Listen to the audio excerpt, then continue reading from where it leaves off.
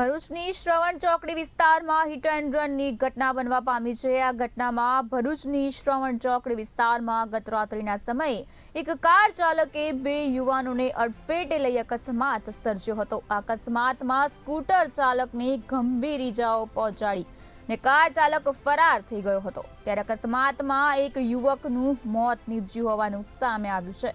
ગત રાત્રિના સમયે ખાનગી કંપનીમાંથી કાર કરી પરત ફરતા ભરૂચ શ્રવણ ચોકડી ઉપર આવેલા જૂના ભરૂચના હાથીખાના વિસ્તારમાં રહેતા પ્રતિકસિંહ સોલંકી નામના યુવકે પોતાના સ્કૂટરમાં ખામી સર્જાતા તેના મિત્રનું બોલાવ્યા હતા। જે બાદ સ્કૂટરને રિપેરિંગ કરવા માટે તેઓ લઈને જઈ રહ્યા હતા। તે દરમિયાન અચાનક આવેલા એક કાર ચાલકે તેમને અડફેટે લીધા હતા અને કાર ચાલક યુવાનોને ટક્કર મારી ફરાર થઈ ગયો હતો અને અકસ્માતના પગલે મૃતકને ભરૂચ સિવિલ હોસ્પિટલ ખાતે લાવવામાં આવ્યા હતા ને ઘટનાની જાણ થતાં તેમના પરિવારજનો સિવિલ હોસ્પિટલ ખાતે દોડી ગયા હતા। ત્યારે હાલમાં ભરૂચ એ ડિવિઝન પોલીસે મૃતકના મૃતદેહને પોસ્ટમોર્ટમ અર્થે ખસેડી પરિવારજનો અને મિત્રોને ફરિયાદના આધારે સમગ્ર મામલે તપાસ શરૂ કરી છે।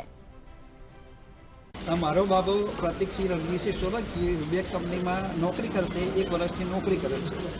હવે એ બપોરની શિફ્ટમાં ગયેલો અને રાત્રે 12:30 વાગે જેવો સવન ચોકડી આવેલો એમ। હવે સવન ચોકડી ગાડી પાર્ક કરેલી, ત્યાં આગળ એ ગાડી વરસાદના હિસાબે કંઈ નહીં ચાલી એમ તો એના ભાઈબંધને ફોન કર્યો તો ભાઈબંધ ત્યાં આગળ ગાડી લેવા ગયો તો પ્રતિક અને એના ભાઈબંધને ગાડીને એ કરીને લાવતા હતા, વ્હીકલ કરીને એમ દોરીને એમ અને એ પોતાની બિલકુલ સાઈડે ધારે ચાલતા હતા તો ઇનોવા ગાડીવાળો જે અમને જેવી હાલતમાં એકદમ હતો, યશ નામ હતું અને એનો ફોટો બી અમારી પાસે છે, ગાડીમાં નંબર બી છે અમારે પ્લેટ નંબર એમ।